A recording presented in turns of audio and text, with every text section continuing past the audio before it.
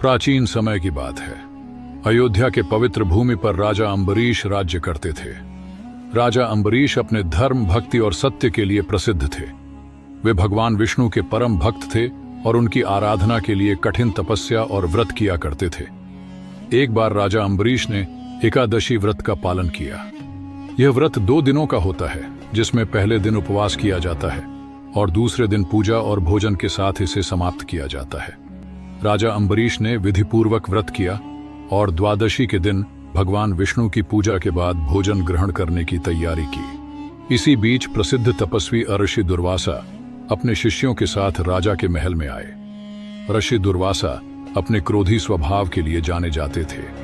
राजा अम्बरीश ने उनका सम्मान पूर्वक स्वागत किया और उन्हें भोजन के लिए आमंत्रित किया। दुर्वासा ऋषि ने निमंत्रण स्वीकार कर लिया, लेकिन पहले स्नान करने के लिए चले गए। ऋषि के स्नान करने में काफी समय बीत गया। द्वादशी का समय समाप्त होने को था और व्रत के नियमों के अनुसार राजा को समय पर पारण, व्रत खोलना करना अनिवार्य था। राजा धर्म संकट में पड़ गए। यदि वे भोजन किए बिना व्रत खोलने का समय चूक जाते तो यह अशुभ होता, लेकिन ऋषि दुर्वासा के बिना भोजन करना उनका अपमान होता। राजा ने धर्म के अनुसार पारण के लिए सिर्फ तुलसी जल ग्रहण किया, जो भोजन का ही एक प्रतीक माना जाता है। जब ऋषि दुर्वासा स्नान करके लौटे तो उन्होंने यह देखा कि राजा ने पहले ही पारण कर लिया है। यह देखकर ऋषि क्रोधित हो गए।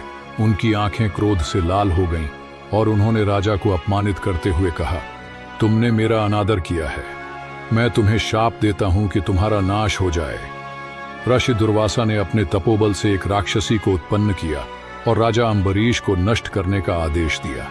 लेकिन राजा शांत और स्थिर मन से भगवान विष्णु का ध्यान करते रहे। जैसे ही राक्षसी ने राजा पर हमला करना चाहा, भगवान विष्णु का सुदर्शन चक्र प्रकट हुआ और उस राक्षसी को नष्ट कर दिया। इसके बाद सुदर्शन चक्र ऋषि दुर्वासा की ओर बढ़ने लगा। ऋषि भयभीत होकर भागने लगे।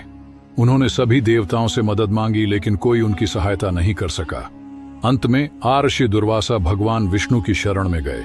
भगवान विष्णु ने कहा, दुर्वासा, राजा अम्बरीश मेरे परम भक्त हैं। यदि तुम उनसे क्षमा मांगोगे तो ही तुम्हारा उद्धार हो सकता है।